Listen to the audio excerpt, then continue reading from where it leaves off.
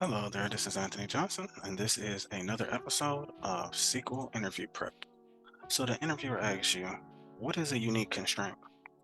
Essentially, a unique constraint is a combination of columns and or it can be a singular column that makes each entry as unique as possible on the table. So it's similar to a primary key, but it can only be one primary key on the table. And that is a clustered index. But with a unique constraint, it will be, well, not a unique constraint, but it is a constraint actually. With the unique constraint, it's going to be a non-cluster. So essentially what we're going to do here is we have a table here. It's called unique persons.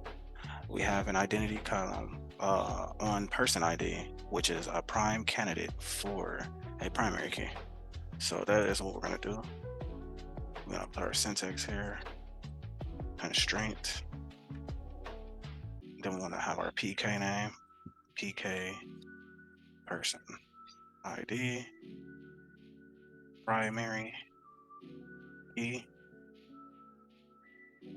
and then we want to list our column within parentheses.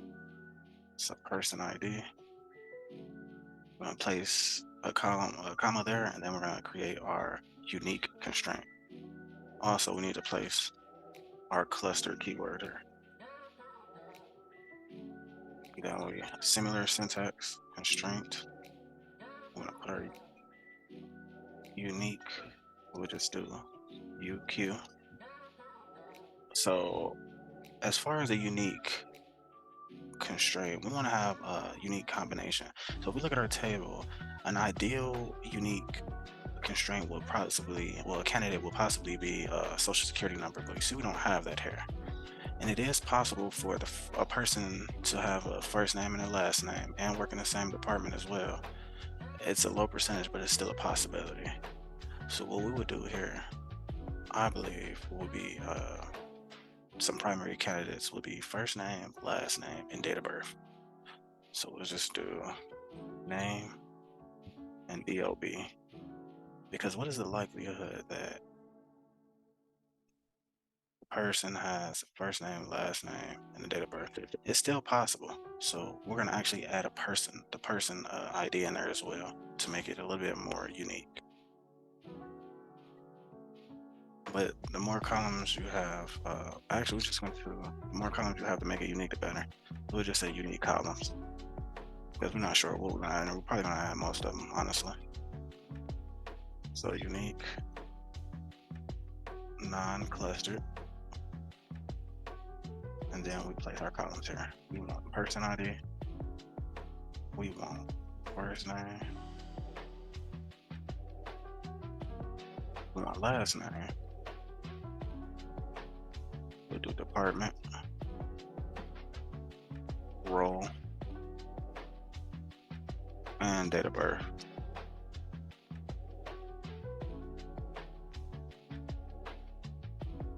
Okay, so now, as I said previously, if we had a social security number in here, that would be more ideal because that's literally tailored towards an individual, and that's pretty much as unique as it can get. So what we did here is we just listed all of the columns. Well, we know with the identity on the table, no one row can be the same. So we placed that in there. So that negates the fact that if a person does have the first name, same last name, same work in the same department, same role, and a date of birth, that person ID will, uniquely identify them. So as I mentioned before, the more columns, the better to make it as unique as possible.